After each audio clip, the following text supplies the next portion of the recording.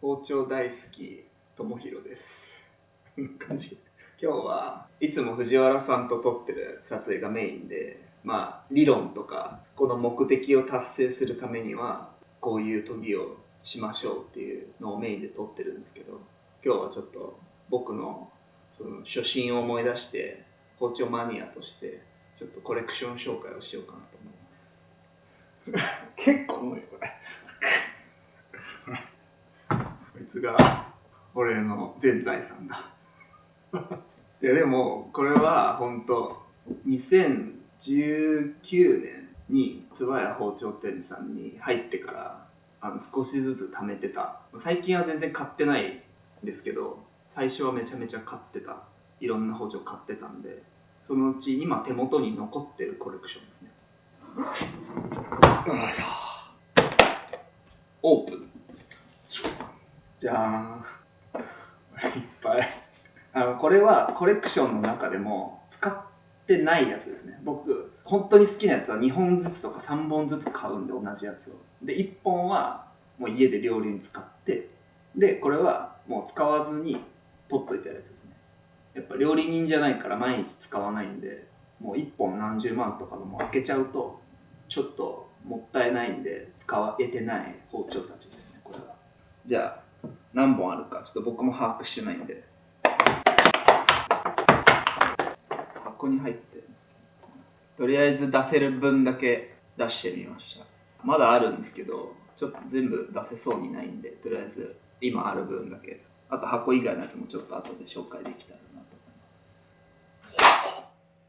本焼きですね。ほとんど1本だけ違うな。これが最初の方、初期ですね。2019年から2023年くらいまでコレクションしてたうちの一部ですね。今手元にあるのはこれだけですけど、一本一本紹介していこうかなと思います。でもこの中にある職人さん結構被ってて、柳田と玄海正邦さんっていう、マニアの方だ、本焼き好きな方だったらご存知だと思いますけど、九州の方で作られてる鍛冶屋さんですね。僕もそこは一回旅行で2年前か3年前ぐらいに行きました。その方の包丁が、何本かあります。こっちから説明すると、ペティナイフ、これ本焼きですね。青二香の。これは堺の高田さん、高田の刃物さんっていうところの本焼きペティで、これも2年前ぐらいに工房に行った時にたまたま在庫があって、その場でこのペティと、あとは、実際に今家でも使ってる、今売ってないのかな、V 金10号の牛刀の高田さん研ぎっていうのを家で使ってますね。でこの職人さん、この方は僕も一度工房を持たれた何年か後に、お会いしに行って、実際に円筒で包丁を一から作らせてもらった職人さんで、その包丁も今大事に飾ってありますね。家でもたまに使ったりして。で大阪だと、両刃の、この方は両刃の包丁メインで研がれている初消しさんなんですけど、僕は一番好きですね。実用性とアートっていうのも兼ねていて、すごい憧れの職人さんでしたね。僕はでしたというかですね。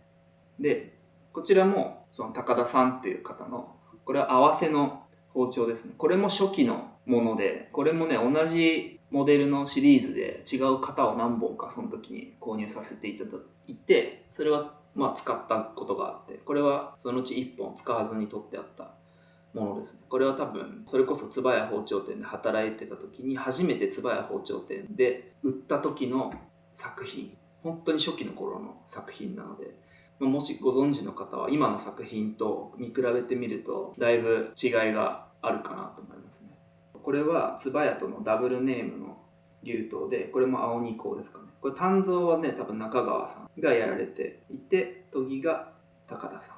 水墨仕上げっていう仕上げですね。水墨画ってあると思うんですけど、墨のちょっとかすれたような、かすんだような模様というか、高田さんという方のオリジナルの仕上げですね。いや本当に大好きで綺麗なんですよ。綺麗でなおかつ使いやすい。次がこちら本焼きですね。これは、ここに川越町館って入ってるんですけど、川越にある町館さんっていう包丁屋さんで売ってる包丁。今はちょっと売ってないかもしれないんですけど、当時3年前ぐらいにボーナスを握って買いに行きました。これは。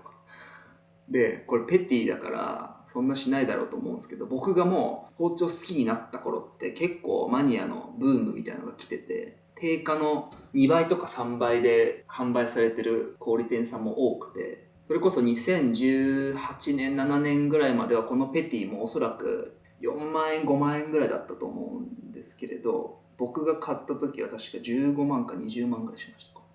で、これは、足刃物さんっていう、これも大阪堺の、主に両刃の包丁を作られてて、今でも販売されてるんですけど、銀河っていうシリーズで、ステンレスと、白荷の全鋼かなを売られてて、で、他のお店さんに対しても特注で包丁を作られてるメーカーさんなんですけど、先ほど僕が一番好きだって言った高田さんっていう方がもともと働いてた工場ですね。なので、刃付けは非常に近いです。ただ違うのは、この足刃物さんっていうのは合わせじゃなくて、合わせというのはこう、硬い素材が真ん中にあって、柔らかい素材でこう挟み込んでるっていうのを合わせっていうんですけど、それはやってないですね、この足刃物さんは。本焼き、または全鋼、こう一枚物の削りをやってるんですけれど、はまぐり刃って言ってこう、なだらかなこう曲線を描いた刃に仕上げるっていうのがすごい特徴で、刃もすごい薄くて抜け感がいいので、僕も最もよく使う牛刀のうちの一つですかね。この足刃物さんの刃付けっていうのは非常に僕は好みですね。で、その方が限定で、手が空いた時というか、今忙しくてもオーダーも5年待ちで、もうそれ以上は多分受けてないかったと思うんですけど、2年前ぐらい確かキャンセルされて、それ以降はもう新しいオーダーを受けてないと思うんですけど、ブームになる前は結構作られてたみたいですね。その残りの在庫がたまたまあって、セットなんで一応牛刀も見せちゃいますね。この2本、どちらも本焼きです。詳細はわからないですが、僕が見た感じだと油焼きなんじゃないかなと思います。刃文を見て。で、これがすごい海外のマニアの方に人気なのが、本焼きのこの刃文はもちろんあるんですけど、それ以外にダマスカスみたいにすごい細かいね、層が出てるんですよ。それがものすごい魅力的な作品で、これセットでその当時僕50万したと思います。これもう貯金ほとんどなかったんで、当時の3ヶ月分ぐらいの給料でもう急いで買いに行った記憶がありますね。で、これも物的には多分10年ぐらい前の作品になるのかな。これはすごい美しいですね。今でも多分人気すごい高いと思います。で、次が先丸のタコ引きですね。これは水本焼き。多分白2か白1ですね。作者さんは玄海正国さん。名切りの名の名前が玄海さんっていう方で、その方が鍛冶をした包丁に、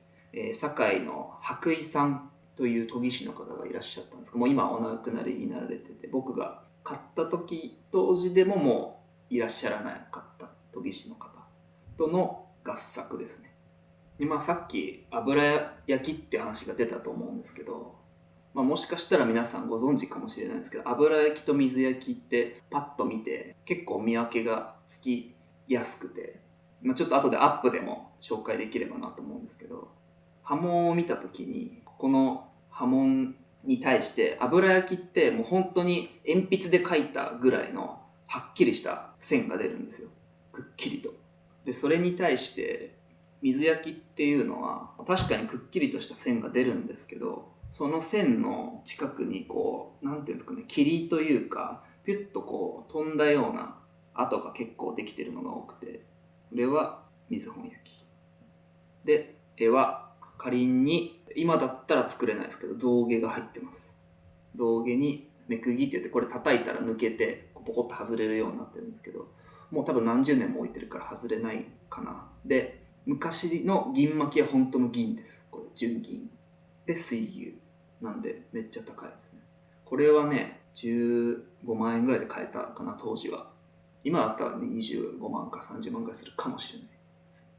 で、これがそれについてきた、同じくカリンの鞘で、ここにも象牙が入ってますね。で、ここが銀。これも銀、純銀で名前彫れるようになっ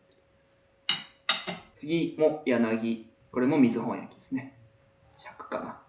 これは、またさっきと違った職人さんで、これは堺の富樫さんっていう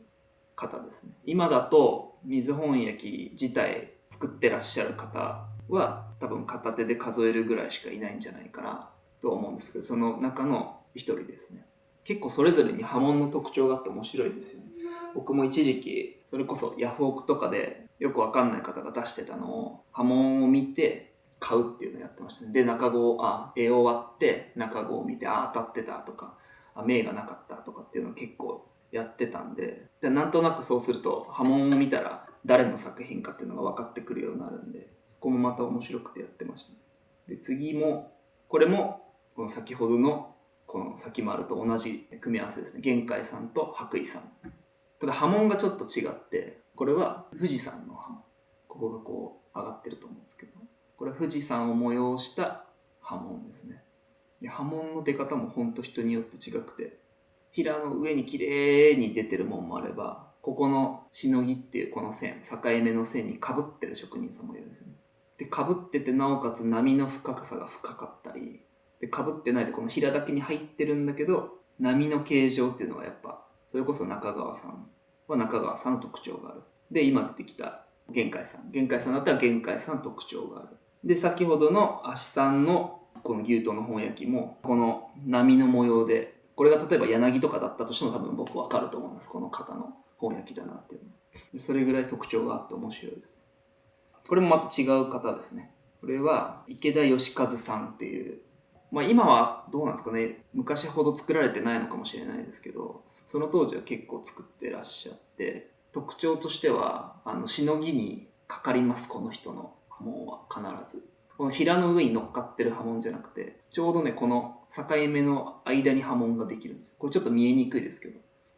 で、波の深さが深い。比較的。あとは、結構もっとマニアックなこと言うと、この裏の材質の刻印あるじゃないですか。これも、この鍛冶屋さんだったらこの字体とか、この刻印とかそういうのがあるんですよ。これはね、いっぱい見ないとわかんないですけど、大体例えばこの水本焼き白煮ってこの入ってると思うんですけど、鍛冶屋さんってこう、ガンとこう、焼き入れをする前に金属の刻印でこう、金槌でバンと叩いて、ここに入れるんですけど、それ決まってるんで、要はレーザーみたいに毎回字体変えられないんで、大体決まった刻印なんですよ。だからその刻印の字体とか、例えば水本焼きってこれ書いてありますけど、水焼きって書いてあるのもあるし、あとは白にも白にって書いてありますし、白にこうとか、刻印の書き方がね、職人さんによって全部違うんですよ。あとは同じ職人さんでも販売店さんによってやっぱオーダーによって分けてるので作り方とか。だからこの販売店さんはこの刻印とかって分かれてるんで、同じ作り手さんでも結構刻印の種類がね、いっぱいあります。で、作ってる現場に行くと面白いですよ。この刻印はここのだったんだみたいなのが分かるんで。で、これは、そうだ。本焼きって基本、本焼きに限らず昔は今みたいにこう職人さんが表に出るっていう文化ではなかったんで、この中に日本刀と同じようにここに職人の名が入ってるパターンが多いんですけど、これはなくてこの平に入ってますね。正幸作。でこれはおそらく先ほど紹介した、池田義和さんのお兄さんですね。お兄さんが作られた、これも多分水焼き。これすごい分かりやすいんじゃないかな。これ裏見たらこうね、こう飛んでるの見えるかな。ちょっと雲みたいにこうピッピッピッって飛んでるの。この波の隙間とか。これはめちゃくちゃ分かりやすいね。ザ・水焼きって感じです。これは柳出刃ってなんか言ってました。柳出刃系なんで、白にじゃないでしょうか。青ではないですね。確実に。白紙系ですね。まあまあでかい。これは多分尺の柳出刃。6ミリ厚ぐらいですね。で次が、これね、これも開けてないんですよね。これ中子開けてないからね、誰の作品かわかんない。わかんないんですけど、多分推測だと、池田義和さんのお兄さんの作品。これはね、刃文が非常に見えにくい。表にもほとんど刃文が出てる。裏にちょこっとかすかに浮かんでるぐらい。で、多分、刃文3洗いとかして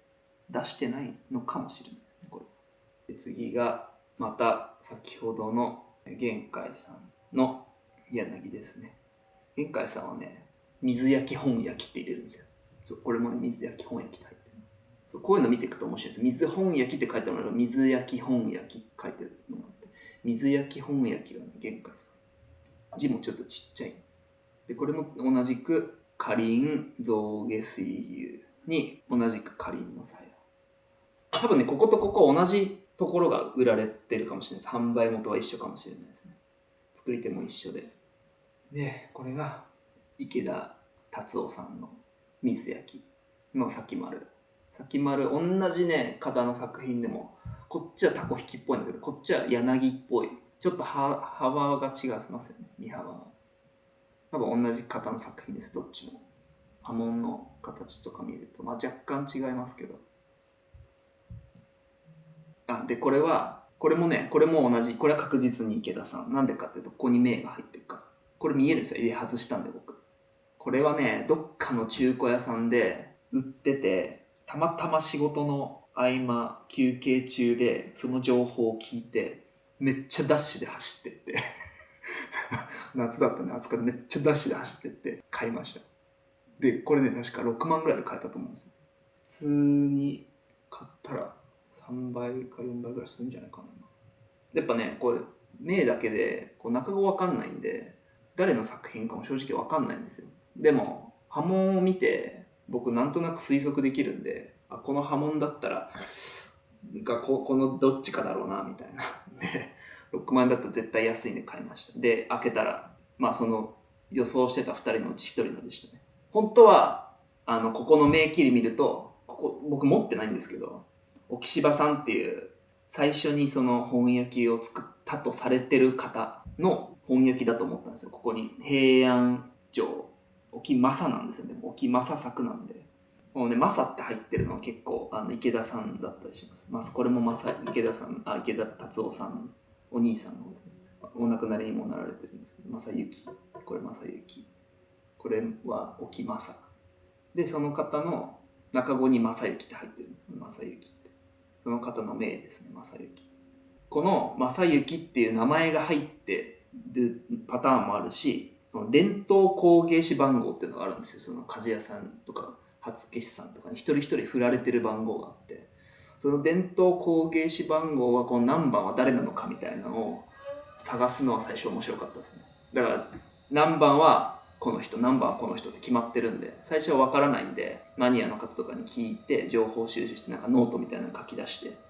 この人はこの何番なんだって。これだと正幸作って入ってて12番って入ってるんで、池田達夫さんは12番なんだっていうのは分かるわけですよ。それでどんどんコンプリートしていくっていう。で、さっきの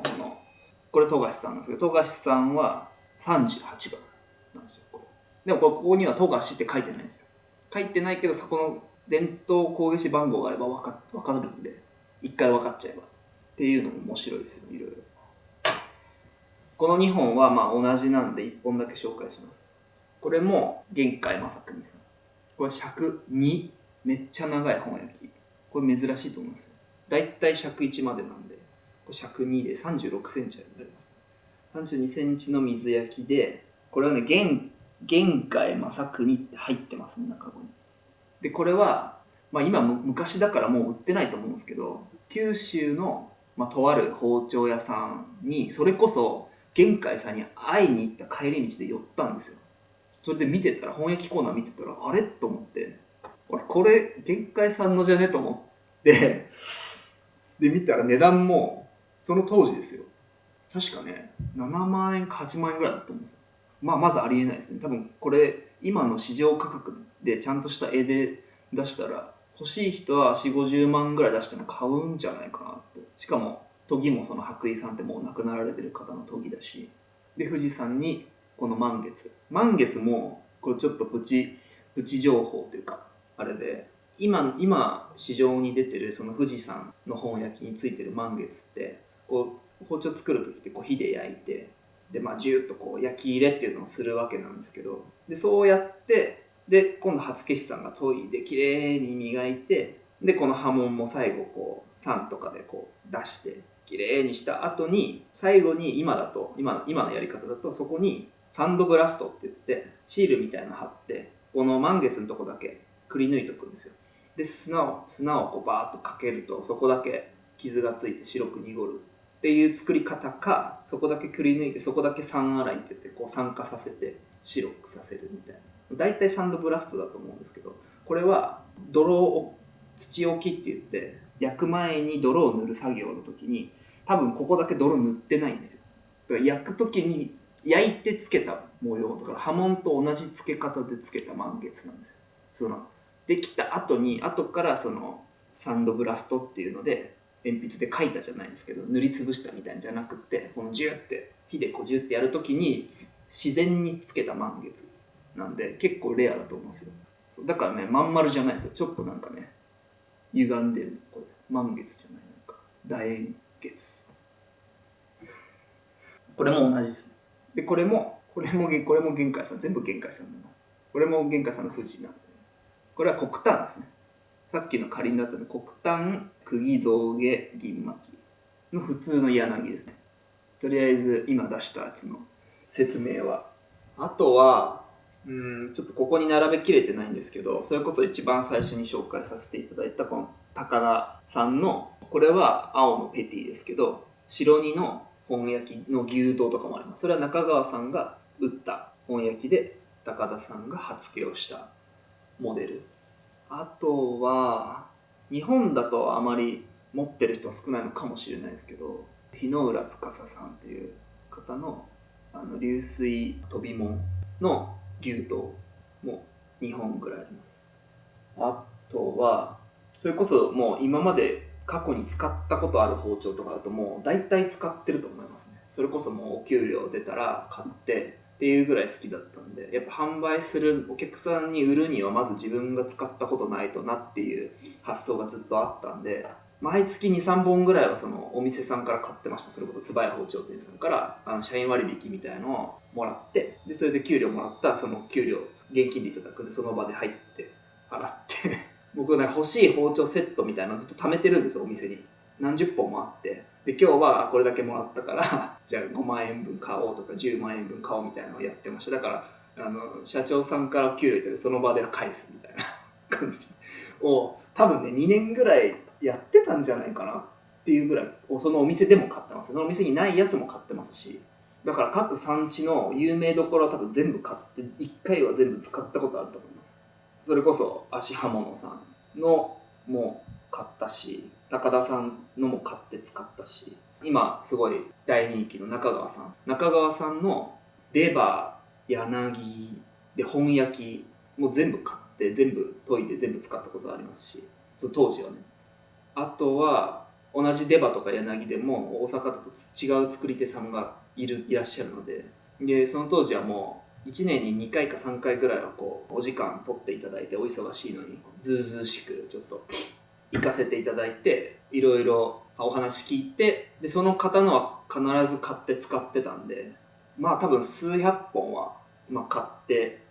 そのまま使い続けてるのもあれば、勉強のために買ってで使って知り合いの料理人にあげたりとか、あとは中古でそれこそメルカリとかヤフオクで中古で買ったものを研いで使ってでまた中古で売るみたいなのをやってましたね。その経験を積むためにお金もなかったんで、買って使って綺麗にして売るって、そしたら0円かちょっとお小遣い分ぐらい利益出たりしてたんで、その時はもうそれをひたすらやってましたね。だから型番もいろいろ使ったし、両刃も有名どころ、それこそ根の日さんとかも使ったし、今あるけど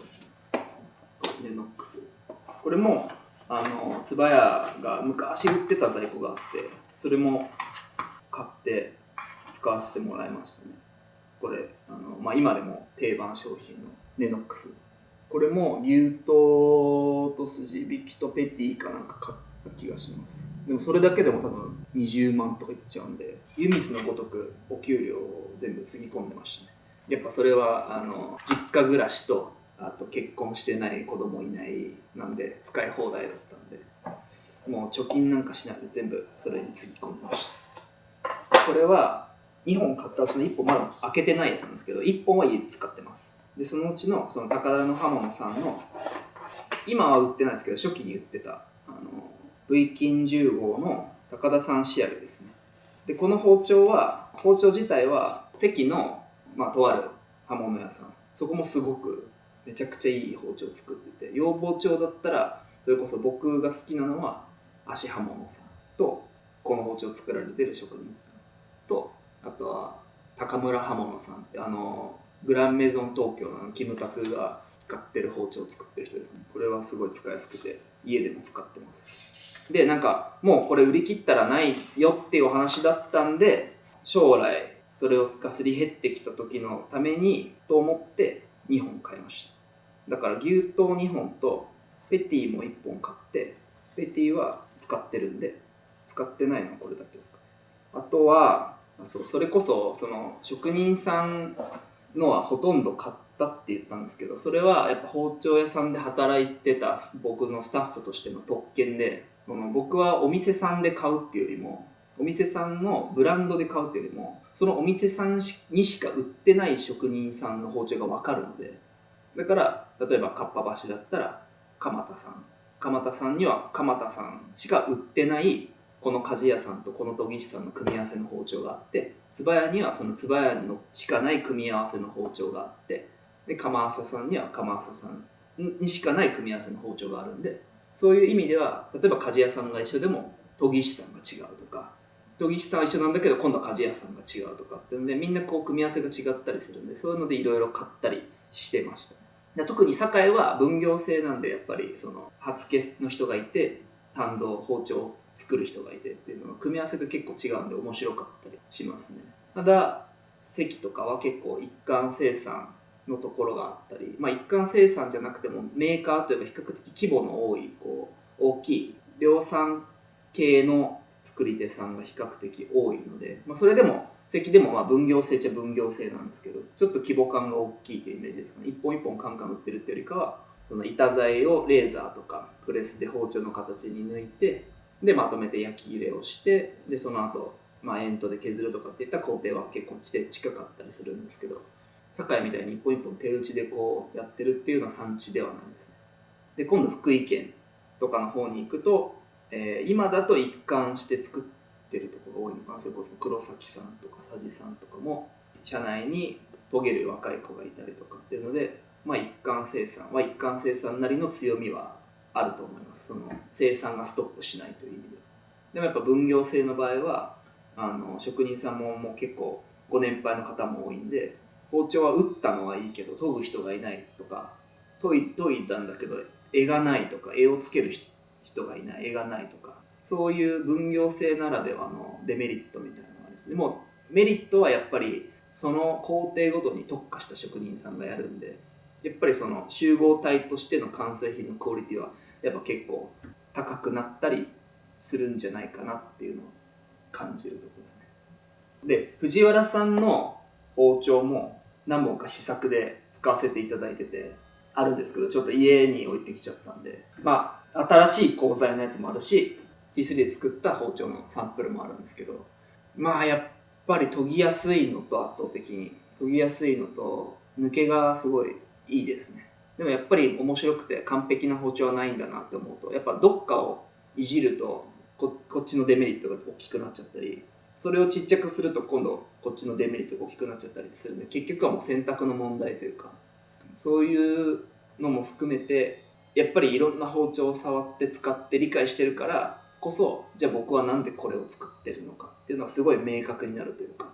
僕はこういう包丁を目指して一通り知ってる中で、これはこうでこういうメリットとデメリットがあるけど、でも僕はこっちのメリットを伸ばしたいからこういう研ぎ方でこういう鋼材でこういう選択にしましたっていうのをやっぱり藤原さんと一緒にやっていく中ですごい大事にしていることですね。最後に、買った当時の値段じゃなくて今の市場価格というか、メルカリとかヤフオクで売られてる方、僕は全然売るつもりないんですけど、売られてるのの市場価格とかを参考にするとどれぐらいだろう。多分今高田さんが売られてる本焼きとかだいたい10万円から15万円ぐらいなんですよ。全然買えないです、もう人気すぎて。もう出たらもう即売り切れなんで。でも1日2本ぐらいしか作れないみたいなんですよ。めちゃめちゃ人気なんでもう買えないです。でこれが本焼きが多分10ペティなんで10万円前後ぐらいかな。僕が買った時で5万か6万ぐらいだと思いました。でこれが、合わせの水墨っていうので今売られてる金額多分7万円とか8万円とかかな。でこれは多分僕が買った50万の時より上がってるかなと思うんですけど、前なんかインスタに載せたらなんか結構海外とか DM 来て売ってくれないかみたいな。で50万出すから欲しいとかもあったんで、そう考えるとペティ20万牛と50万ぐらいなのかな。これで90万ぐらいか。これで90万ぐらいで、これが多分25万で、これは多分絵付きで売ってるので15万円ぐらいで売ってるのかな。でこれも多分20、25ぐらいで、これはどうかな。これは分かんないですね。これはそんなに高くないかもしれない。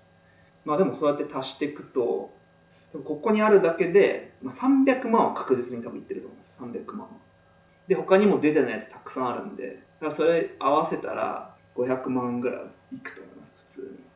に。でレアじゃないその僕が勉強のために買ったいっぱいの包丁とかも合わせたら多分もうちょっといっちゃうんで、あと砥石とかも買ったらそれもなんか何年もかけてその自分のお給料をつぎ込んできたものなんで、結局こうなっちゃったんですけど、使った金額ちょっとどうだろう、1000万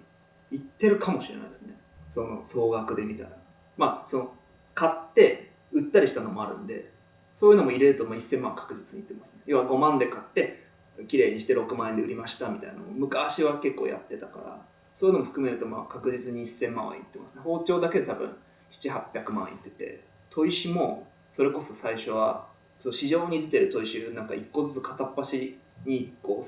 買ってきた時期があったんで